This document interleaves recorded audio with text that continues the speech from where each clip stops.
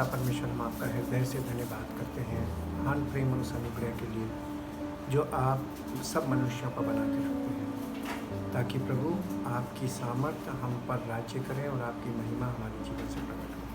जो आपको नहीं जानते हैं, जो आपका धन्यवाद नहीं करते, उन पर भी आप अनुग्रह करते हैं, उन पर भी उन्हें भी प्रभु आप सब आवश्यकताओं की पूर्ति करते हैं। हम आपका धन्यवाद करते हैं, और जो आपका धन्यवाद करते हैं उनको आप और आशीष देते हैं, औरों से अलग आशीष देते हैं, उन्हें उन्नति में बढ़ाते हैं, ताकि ये अंतर लोगों को महसूस हो कि परमेश्वर उनकी बड़ी मदद करता है। जो परमेश्वर को जानने लगते हैं और जानकर उसका धन्यवाद करने लगते हैं, उसकी बड़ाई करने लगते हैं, सब बातों में हम आपको धन्य कहते हैं और धन्यवाद के साथ इस प्रार्थना को आपके इकलौते पुत्र यीशु मसीह के नाम से मांगते हैं, आमीन।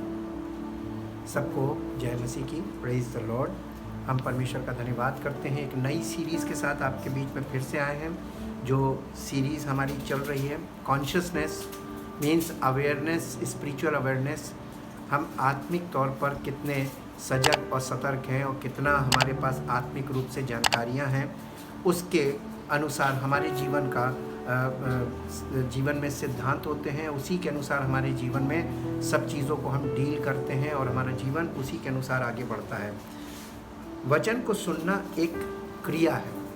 सब लोग वचन को सुनते हैं, लेकिन सुनकर कितने लोग उसको अंडरस्टैंड करते हैं, समझ पाते हैं, और कितने लोग सुनकर भूल जाते हैं। ये एक क्रिया है, सुनना एक क्रिया है, और सुनने से हमें हासिल कुछ नहीं होता है जब तक कि हम कोई बात को सुनकर उसको अंडरस्टैंड ना करें, वो हमारे माइंड में ना जाए और हम उसको समझ ना पाएँ। लेकिन सुनकर सहमत हो जाने का अर्थ है कि सुने हुए वचन को हृदय में ग्रहण कर लिया है। जब कोई व्यक्ति हमारे विषय में बुराई करता है या कोई गलत बात हमको बोलता है, तो हमारे अंदर उसका रिएक्शन आता तुरंत, क्योंकि हम उस बात को समझ गए हैं, इसलिए हम रिएक्ट कर रहे हैं। लेकिन ये हमने उस बात को जो उसने कही है हमने ग्रहण कर लिया, ये ग्रहण करने को दिखाता है। इस संबंध में भी हमें बहुत सावधान रहने की आवश्यकता है कि हम क्या सुनते हैं और कैसे सुनते हैं। हम परमेश्वर के वचन से आपके बीच में एक पद शेयर करेंगे जो आपको मिलेगा नीति वचन की पुस्तक, उसका 14 अध्याय का 15 पद। यहाँ पर लिखा हुआ है, भोला तो हर एक बात को सच मानता है, परंतु चतुर मनुष्य समझ बूझ कर चलता है। एक व्यक्ति जो भोला भाला है वो सब बातों को सच मानता है। ऐसे लोगों के साथ ठगी की वारदातें बहुत ज़्यादा होती हैं। इतना अवेयरनेस प्रोग्राम चलाया जाता है, इतने अभियान चलाए जाते हैं लोगों को जागरूक करने के लिए, ताकि लोग जागरूक हों और ये समझें कि परमेश्वर हम सब के जीवन में अपनी सामर्थ्य को प्रकट करना चाहता है और सच्चाई बताना चाहता है। तो परमेश्वर का वचन, द वर्ड ऑफ गॉड, ये हमारे जीवन में सत्य का आधार है और इसके बिना हम सत्य को जान नहीं सकते।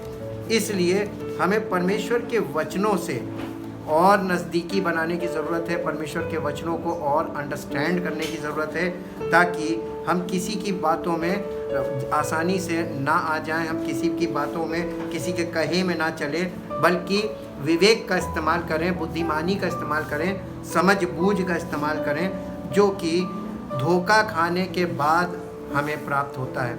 समझ हमेशा, बुद्धि हमेशा खुलती है तो धोखा खाने के बाद खुलती है। धोखा खाने से पहले सब चीज़ें बहुत अच्छी लगती हैं, धोखा खाने के बाद हमें पता चलता है कि ऐसा करने से इसका नेगेटिव पार्ट क्या होता है, उसका असर हमारे जीवन में किस प्रकार से होता है। इसी वर्ड्स को हम इंग्लिश में देखेंगे, एम्प्लीफाइड वर्जन में, the book of proverbs chapter 14 verse 15, the simpleton believes every word he hears. यानी जो भोला भाला व्यक्ति होता है वो हर शब्द को बहुत ध्यान देता है और उसको मान लेता है कि ये मेरे लिए है, ये ऐसा हो सकता है, और जो वो सब बातों को सच मानता है सुनकर। लेकिन but the prudent man looks and considers well where he is going. लेकिन जो बुद्धिमान व्यक्ति होता है, समझदार व्यक्ति होता है, वो हर चीज़ को ये देखता है कि हम किस दिशा में जाना है और हम किस दिशा में जा रहे हैं, हमें क्या करना चाहिए और हम क्या कर रहे हैं। समझ बूझ का वो प्रयोग करता है, इस्तेमाल करता है, ताकि बुद्धिमानी से वो निर्णय ले सके और उन बातों पर उसका ध्यान ज़्यादा हो जिससे निर्णय लेने के बाद उसको कठिनाई ना हो। इसलिए मनुष्य हमको ध्यान देना चाहिए हम क्या सुन रहे हैं और कैसे सुन रहे हैं और किससे सुन रहे हैं। ये तीनों बातें इस विषय में बहुत महत्वपूर्ण हो जाती हैं, क्योंकि हम किसी भी बात को किसी से भी सुनकर और सहमत हो जाते हैं तो हम फंदे में फंस सकते हैं, उसके जाल में फंस सकते हैं और उसमें हमारा जीवन कठिनाइयों में आ जाएगा।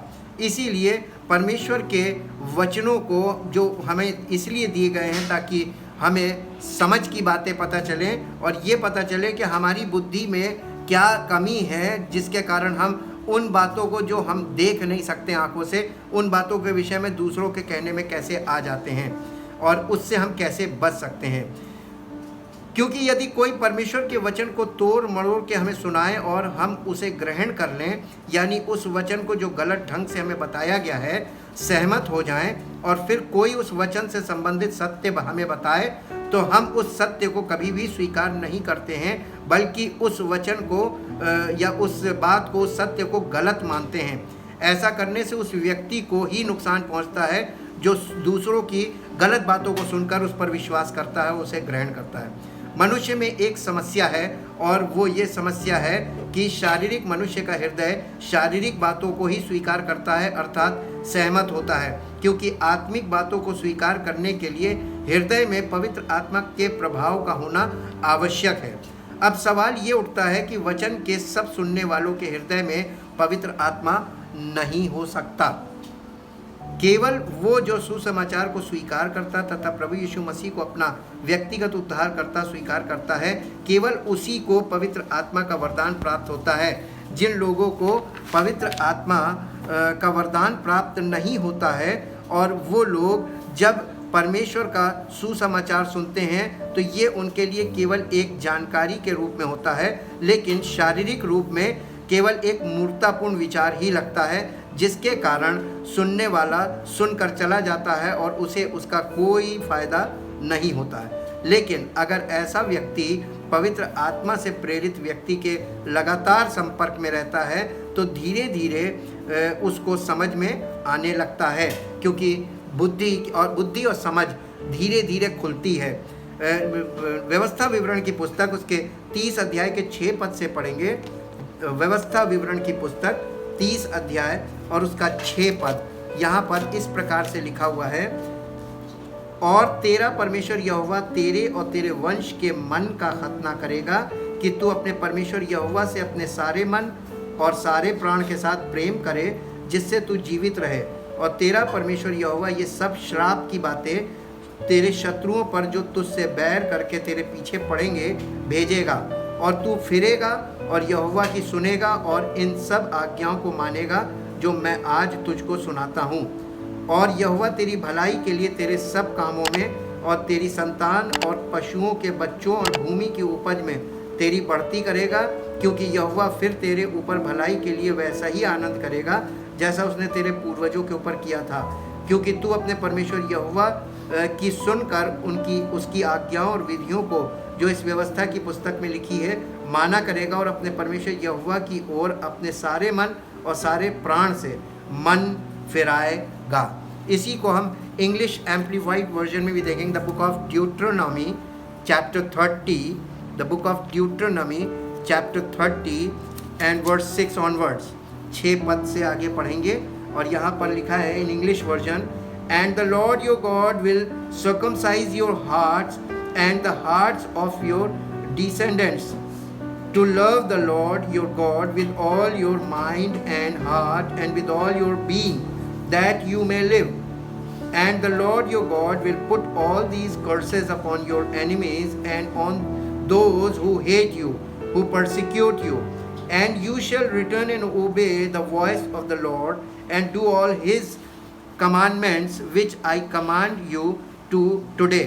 And the Lord your God will make you abundantly prosperous in every work of your hand, in the fruit of your body, of your cattle, of your land, for good. For the Lord will again delight in prospering you as he took delight in your fathers.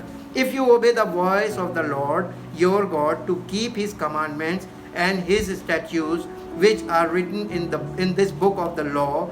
And if you turn to the law, your Lord your God, with all your mind and heart and with all your being. For this commandment which I command you this day is not too difficult for you, nor is it far off. परमेश्वर यहाँ पर एक चीज़ निकल कर आई जिसके विषय में आज तक कभी किसी ने कोई बात नहीं की, इस विषय को कभी किसी के सामने रखा नहीं गया और इस विषय को कभी कोई समझ नहीं पाया। सर्कमसिजन ऑफ हार्ट, हृदय का खतना या मन का खतना, इसके विषय में परमेश्वर ने व्यवस्था में जब लिखा था तो उसने उस ज़माने के लोगों से ये कहा था कि तुम्हारे आने वाली जनरेशन के हृदय का खतना मैं करूँगा। This is the work of God, ये परमेश्वर ही कर सकता है हृदय का खतना, और इसके बिना हम परमेश्वर की संतान नहीं हो सकते। हृदय का खतना से तात्पर्य शारीरिक दृष्टिकोण से आत्मिक दृष्टिकोण, शारीरिक दृष्टिकोण से आत्मिक दृष्टिकोण से वचन को समझना या मानना है। जब किसी व्यक्ति का दृष्टिकोण बदलता है तो उसका पूरा जीवन व चरित्र सब बदलने लगता है। इसी को वास्तव में हृदय परिवर्तन कहते हैं, जैसा कि परमेश्वर के वचन में लिखित है। यिर्मयाह नबी की पुस्तक उसका 6 अध्याय और उसके 10 पद में लिखा हुआ है। यिर्मयाह नबी की पुस्तक, हम भविष्यवाणियों की किताब में आएंगे और यहाँ पर यिर्मयाह नबी की पुस्तक में और उसके 6 अध्याय के 10 पद को देखेंगे, चैप्टर 6 वर्स 10, और यहाँ पर इस प्रकार से लिखा हुआ है, 6 अध्याय और उसका 10 पद। मैं किससे बोलूं और किसको चिता कर कहूं कि वे माने? देख, ये ऊंचा सुनते हैं, वे ध्यान भी नहीं दे सकते। देख, यहोवा के वचन की वे निंदा करते हैं और उसे नहीं चाहते। ये यानी हिंदी में आपको बिल्कुल क्लियर नहीं हुआ होगा, इसे हम इंग्लिश एम्प्लीफाइड वर्जन में चल के देखेंगे। The book of Jeremiah chapter 6 verse 10, chapter 6 verse 10, और यहाँ पर इस प्रकार से लिखा हुआ है 6 verse 10, to whom shall I, means Jeremiah, I speak and give warning that they may hear? Behold, their ears are uncircumcised, never brought into covenant with God or consecrated to his service, and they cannot hear or obey. Behold, the word of the Lord has become to them a reproach and the object of their scorn. They have no delight in it. यानी परमेश्वर के वचन में लोगों को कुछ अच्छा नहीं लगता, उससे प्रसन्नता नहीं मिलती। प्रेरितों के काम 7 अध्याय और उसका 51 पद देखेंगे। प्रेरितों के काम 7 अध्याय और उसका 51 पद, 7 अध्याय के 51 पद में इस प्रकार से लिखा हुआ है। प्रेरितों का 7 अध्याय और उसका 51 पद, हे हठीले और मन और कान के खतना रहित लोगों, तुम सदा पवित्र आत्मा का विरोध करते हो। जैसा तुम्हारे बाप दादे करते थे वैसा ही तुम भी करते हो।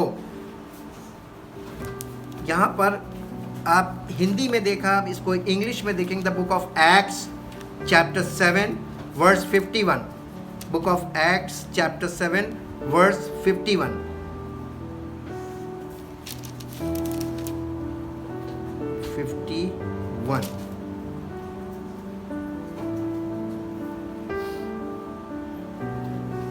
You stubborn and stiff-necked people, still heathen and uncircumcised in heart and ears, you are always actively resisting the Holy Spirit as your forefathers were, so you are and so you do.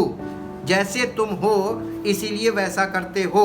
इसीलिए हम पवित्र आत्मा का विरोध करते हैं या परमेश्वर के आत्मिक बातों का विरोध करते हैं, क्योंकि हमारा हृदय जो है वो उसमें हमारा हृदय खतना रहित है, यानी हमारे हृदय का खतना नहीं हुआ है। यिर्मयाह के 4 अध्याय के 4 पद में देखेंगे, यिर्मयाह के 4 अध्याय के 4 पद में देखेंगे, यहाँ पर भी यही बात बोली जा रही भविष्यवाणी की पुस्तक में। यिर्मयाह के 4 अध्याय का 4 पद, और यहाँ पर इस प्रकार से लिखा हुआ है, हे यहूदा के लोगों और यरूशलेम के निवासियों, यहोवा के लिए अपना खतना करो, हाँ, अपने मन का खतना करो, नहीं तो तुम्हारे बुरे कामों के कारण मेरा क्रोध आग के समान भड़केगा और ऐसा होगा कि कोई उसे बुझा ना सकेगा। यानी हृदय का खतना, इसी पे बल दिया जा रहा है। हृदय के खतना ही हमारे लिए वो कार्य है जिससे हमारा हृदय परिवर्तन होता है, और हृदय परिवर्तन के बिना परमेश्वर किसी पर अनुग्रह नहीं करता और ना ही किसी को ग्रहण करता है।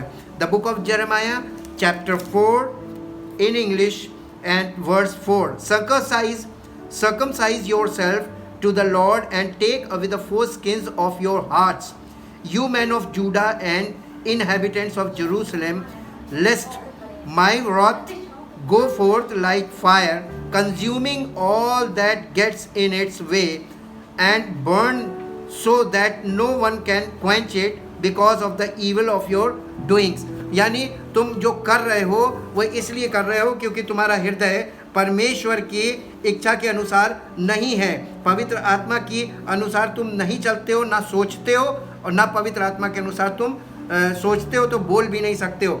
ये व्यवस्था विवरण की पुस्तक के 10 अध्याय में चलेंगे। व्यवस्था विवरण 10 अध्याय, व्यवस्था विवरण 10 अध्याय और उसका 6 पद। व्यवस्था विवरण 10 अध्याय, 10 अध्याय और उसका 16 पद देखेंगे, 16 और 17 पद।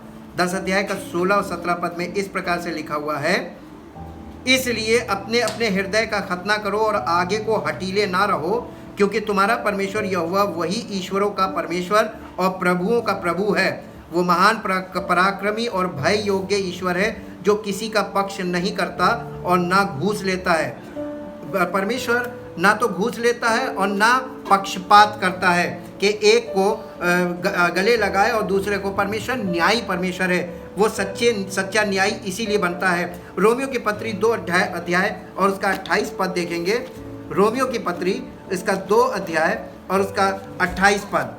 The book of Romans chapter 2 verse 28, यहाँ इस प्रकार से लिखा हुआ है 28 एंड 29, क्योंकि यहूदी वो नहीं जो प्रगट में यहूदी है, और ना वो खतना है जो प्रगट में और देह में है, पर यहूदी वही है जो मन में है, और खतना वही है जो हृदय का और आत्मा में है, ना कि लेख का। ऐसों की प्रशंसा मनुष्यों की ओर से नहीं परंतु परमेश्वर की ओर से होती है। सर्कमसिजन ऑफ हार्ट, हृदय के खतने पर जोर दिया जा रहा है from the beginning till and, यानी पुरानी व्यवस्था से लेके नई व्यवस्था तक हम आ गए, लेकिन परमेश्वर का एक ही विचार हमको मिला कि हृदय का खतना। हृदय के खतना से तात्पर्य है हृदय परिवर्तन से है।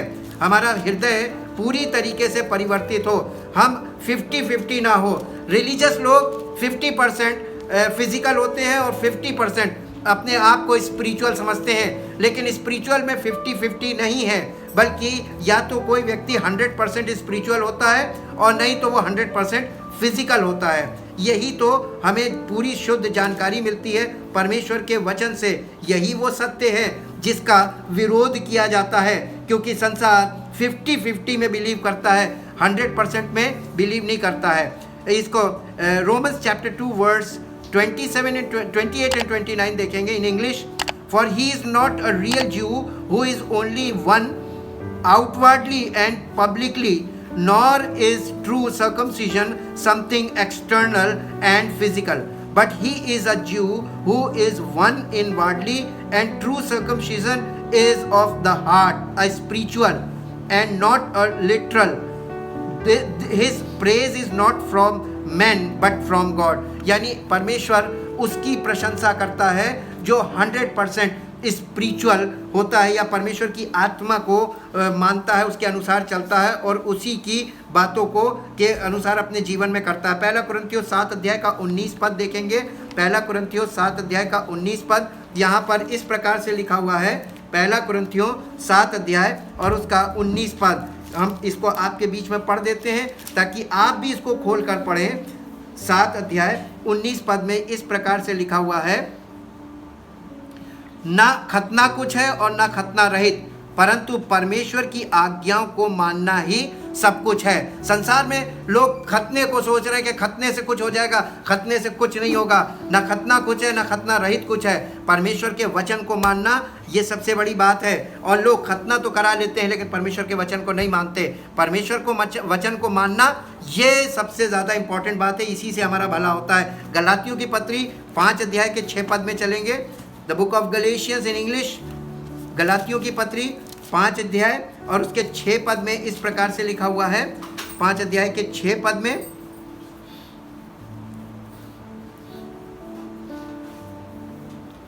मसीह यीशु में न खतना और न खतना रहित कुछ काम का है, परंतु केवल विश्वास जो प्रेम के द्वारा प्रभाव डालता है। हमारे जीवन में अगर परमेश्वर की ओर से जो प्रेम दिया गया है, प्रेम रिश्तों को बनाता है। और हम जो तमाम तरीके के व्यवस्था की बातें, तमाम तरीके के नियम कानून लेकर खड़े होते हैं जिससे रिश्ते खराब होते हैं और टूटते हैं, प्रेम का अनुकरण हमें करना चाहिए। हृदय का खतना पवित्र आत्मा के द्वारा किया जाने वाला कार्य है जो मनुष्यों के हृदय में होता है और जीवन में उसका प्रभाव दिखता है। कुलस्सियों की पत्री 2 अध्याय 8 पद से देखेंगे।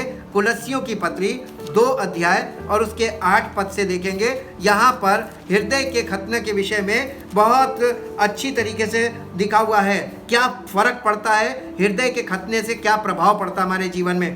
तो इसके 2 अध्याय के 8 पद से, चौकस रहो, कोई तुम्हें उस तत्व ज्ञान और व्यर्थ धोखे के द्वारा अपना अहेर ना कर ले। यानी अहेर का मतलब है शिकार। लोग हमको बातों से, अपनी चिकनी चुपड़ी बातों से हमको शिकार करते हैं, हमको अपने लाभ का साधन बनाते हैं। हर एक की बात को मान लेना मूर्खता की बात है, जो मनुष्यों की परंपराओं और संसार की आदि शिक्षा के अनुसार तो है, पर मसीह के अनुसार नहीं, क्योंकि उसमें यानी मसीह में ईश्वरत्व की सारी परिपूर्णता सदैव वास करती है और तुम उसी में भरपूर हो गए हो, जो सारी प्रधानता और अधिकार का शिरोमणि है। उसी में तुम्हारा ऐसा खतना हुआ है जो हाथ से नहीं होता, अर्थात मसीह का खतना, जिससे शारीरिक देह उतार दी जाती है और उसी के साथ बपतिस्मा में गाड़े गए और उसी में परमेश्वर की सामर्थ पर विश्वास करके जिसने उसको मरे हुओं में से जिलाया, उसके साथ जी भी उठे। उसने तुम्हें भी जो अपने अपराधों और शरीर की खतना रहित दशा में मुर्दा थे, उसके साथ जिलाया और हमारे सब अपराधों को क्षमा किया और विधियों का वो लेख जो हमारे नाम पर और हमारे विरोध में था मिटा डाला और उसे क्रूस पर कीलों से जड़कर हमारे सामने से हटा दिया। परमेश्वर ने हमारे लिए छुटकारे का काम किया है और अब हमको इस बात की अवेयरनेस देना मांगता है कि तुमको मैंने छुड़ा लिया है, तुम छुटकारे का जीवन व्यतीत करो। क्यों बंधन की ओर जा रहे हो? क्यों तमाम तरीके की विधियों में फंस रहे हो कि ये मत छूना, ये मत करना, ये मत खाना, वहाँ मत जाना? ये सब बातें शारीरिक हैं और परमेश्वर कहता है शारीरिक क्रियाओं से तुम्हें कोई लाभ नहीं होगा। आइए हम अपने जीवन का समर्पण उस जीवित और सच्चे परमेश्वर के आगे करें जो मनुष्यों से उनके लाभ की बातें करता है और उनके छुटकारे की बातें करता है, ताकि प्रत्येक जीवन छुटकारा पाए और परमेश्वर का नाम हमारे जीवन से महिमान्वित होने पाए। धन्यवाद के साथ हम उसकी महिमा करेंगे। हे परमपिता परमेश्वर, आपका धन्यवाद करते हैं।